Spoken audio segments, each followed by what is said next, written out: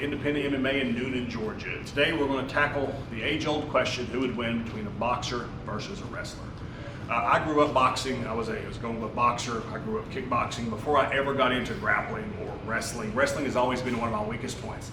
So with that coming from my background, 95% of the time, the wrestler wins. And here's my explanation for it. As you guys know, Austin's one of my grapplers. He's not a high-level wrestler, but he does know how to wrestle. So the advantages a wrestler has versus a boxer is, one, all fights start on the feet.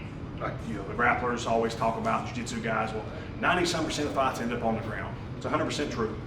100% of them start on the feet. So I have spent, let's pretend like I'm the boxer and Austin is the wrestler. I have spent 100% of my fights wanting to fight someone who is wanting to stand with me as well. Okay, he has spent 100% of his time fighting someone who is starting on the feet that he's trying to get to the ground.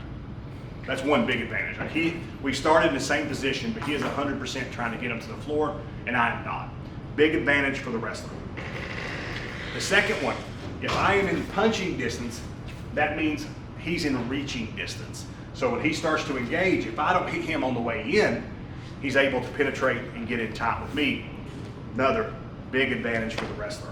So I say 95% of the time, a lot of times, if I can time him just right, he stands there too long, and I can clip him with a big shot, the boxer can win.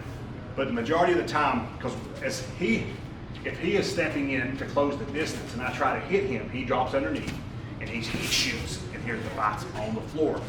If I'm the aggressive fighter and I try to step in and hit him, he drops underneath and now he penetrates. And there's a lot of advantages. And a lot of people, a lot of naysayers, you're going to say, well, I'd hit him with a knee, I'd hit him with an uppercut.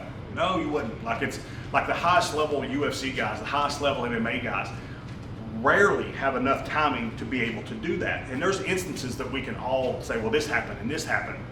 But I'm saying the majority of the time, the wrestler wins. I think the best two martial arts you can combine for self-defense or street defense is absolutely wrestling and boxing. Because all fights are on the feet and a lot of them hit the floor. As a wrestler, let's say like I am the wrestler, I can also dictate if the fight goes to the floor. Because wrestling is taking him down and to keep from getting took down. So if I'm a great boxer and he's just a little bit of a wrestler, he could possibly get me down. And this is coming from, if we're both, great boxers, great wrestlers, the wrestler wins 95% of the time.